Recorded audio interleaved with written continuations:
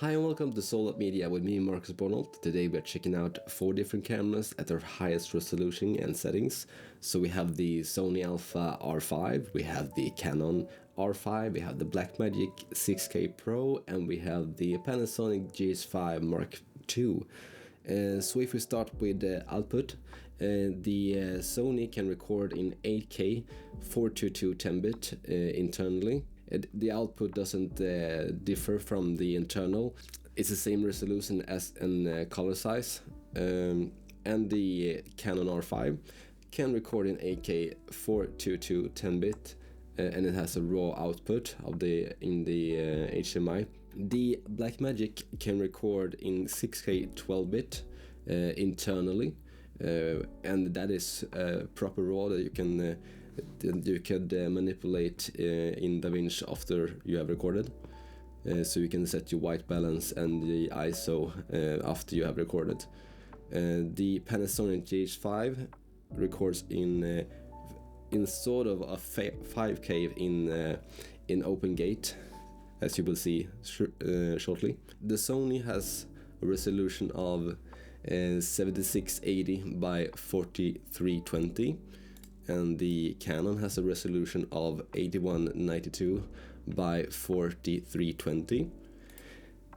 The Blackmagic has a resolution of 6144 by 3456, and the Panasonic has a sort of a 5K then 14992 by 3744, and that is open gate.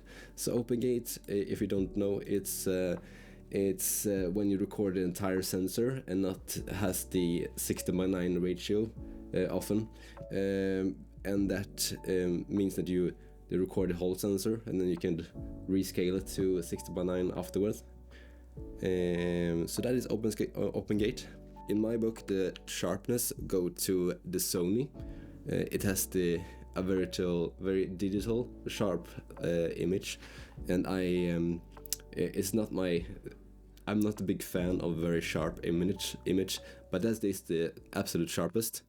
Then comes the Canon, that also has a very sharp image, and then comes the Panasonic, also quite sharp image. In my book, the nicest image comes from the Blackmagic, because it has a more natural saturation and sharpening to it than the others. Now this is 6K and the others is 8K and the 5K. I still like the natural way of sharpening that is in the Blackmagic. This also depends very much on what you want your camera to produce. I want my camera to produce a very cinematic and soft roll-off from the highlights, and that's provided best by the Blackmagic. The codecs in the Sony and the Canon internally is, as far as I've seen, not that I know, but as far as I've seen when I have graded this image, is much more compressed and in the entire color spectrum, and that's why I much more prefer the Blackmagic RAW over any other internal codecs that I have seen so far. I haven't graded any Alexa or Red footage yet, but the Blackmagic wins by far in terms of how easy it is to grade, because it's kind of grades itself. If you record in Blackmagic RAW, if you go to settings and color management, if you have to color manage, then you don't have to do anything to the footage to make it Rec 709, because it takes care of itself. So in terms of skin tones, you can see that the reddish tone is much more pronounced in the Sony camera, and it's a much more yellowish tone in the Canon camera, and you decide yourself what you like. I like neither of these, because once again, my preferred skin tone comes from the Blackmagic, and it has the best of both worlds and doesn't have this yellowish tone that the Canon produced, and it doesn't have the digitalness that the Sony's produce. How about the Panasonic? Well, it also has a bit of a weird skin tone in my book.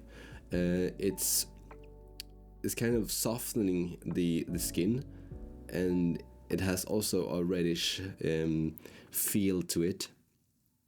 and it's nothing I really like either. So if you don't go for the Blackmagic, I would probably go for the Sony, because either you like the cinematic look from the Blackmagic, or you want this super sharp, very cool, very modern look, then you want the Sonys. So once again, I know I'm a big fan of Blackmagic in everything they do, and it's also the easiest to work with.